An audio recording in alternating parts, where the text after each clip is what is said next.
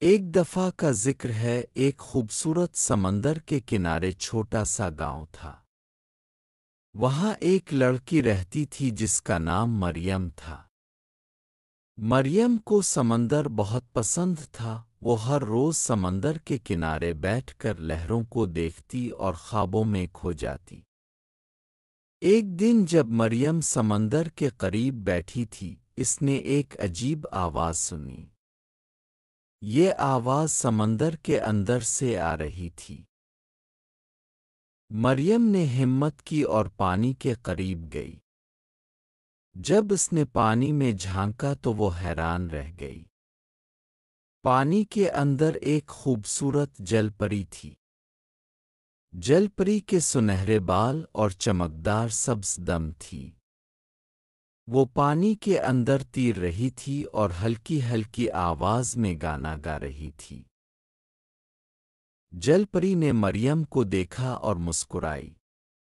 مریم کو لگا جیسے وہ خواب دیکھ رہی ہو، لیکن یہ حقیقت تھی۔ جل پری نے مریم سے کہا، ڈرو مت، میں تمہیں نقصان نہیں پہنچاؤں گی۔ میرا نام سلینا ہے اور میں سمندر کی جل پری ہوں۔ مریم حیرت سے بولی، تم یہاں کیا کر رہی ہو؟ اور تم کہاں سے آئی ہو؟ سلینا نے بتایا، میں سمندر کی گہرائیوں میں رہتی ہوں، لیکن آج میں اس جگہ کو دیکھنے آئی ہوں جہاں انسان رہتے ہیں۔ میں نے تمہیں دیکھا اور مجھے لگا تم سے بات کرنی چاہیے۔ دونوں جلد ہی ایک دوسرے کی دوست بن گئیں۔ مریم نے سلینا کو اپنے گاؤں کے بارے میں بتایا، اور سلینا نے مریم کو سمندر کی گہرائیوں کے عجیب و غریب راز بتائے۔ وہ بتاتی کہ کس طرح سمندر کے نیچے رنگ برنگی مچھلیاں اور خوبصورت مرجان کے باغات ہیں۔ ایک دن جب مریم سمندر کے کنارے آئی تو اس نے دیکھا کہ سلینا پریشان ہے۔ سلینا نے مریم کو بتایا کہ سمندر میں ایک بڑا خطرہ ہے۔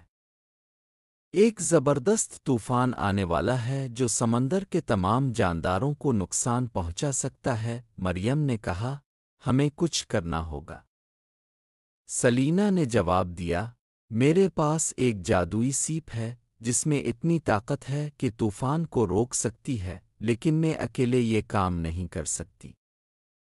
تمہیں میری مدد کرنی ہوگی۔ مریم نے بغیر سوچے سمجھے ہاں کر دی۔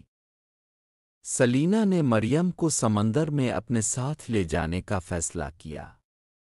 مریم کو پہلے ڈر لگا، لیکن سلینا نے اسے یقین دلایا کہ وہ محفوظ رہے گی۔ دونوں نے سمندر کی گہرائی میں سفر شروع کیا۔ آخر کار وہ جادوئی سیپ تک پہنچ گئے۔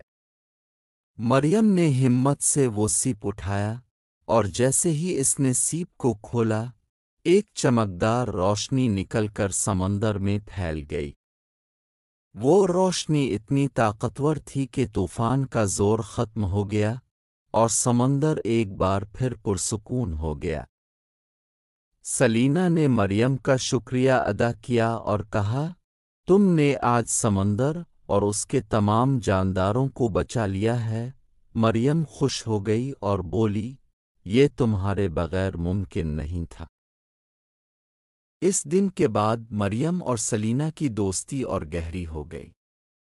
مریم جانتی تھی کہ وہ کبھی بھی اکیلی نہیں ہے، کیونکہ سمندر کی گہرائیوں میں ایک سچی دوست، جل پری سلینا، ہمیشہ اس کے ساتھ ہے۔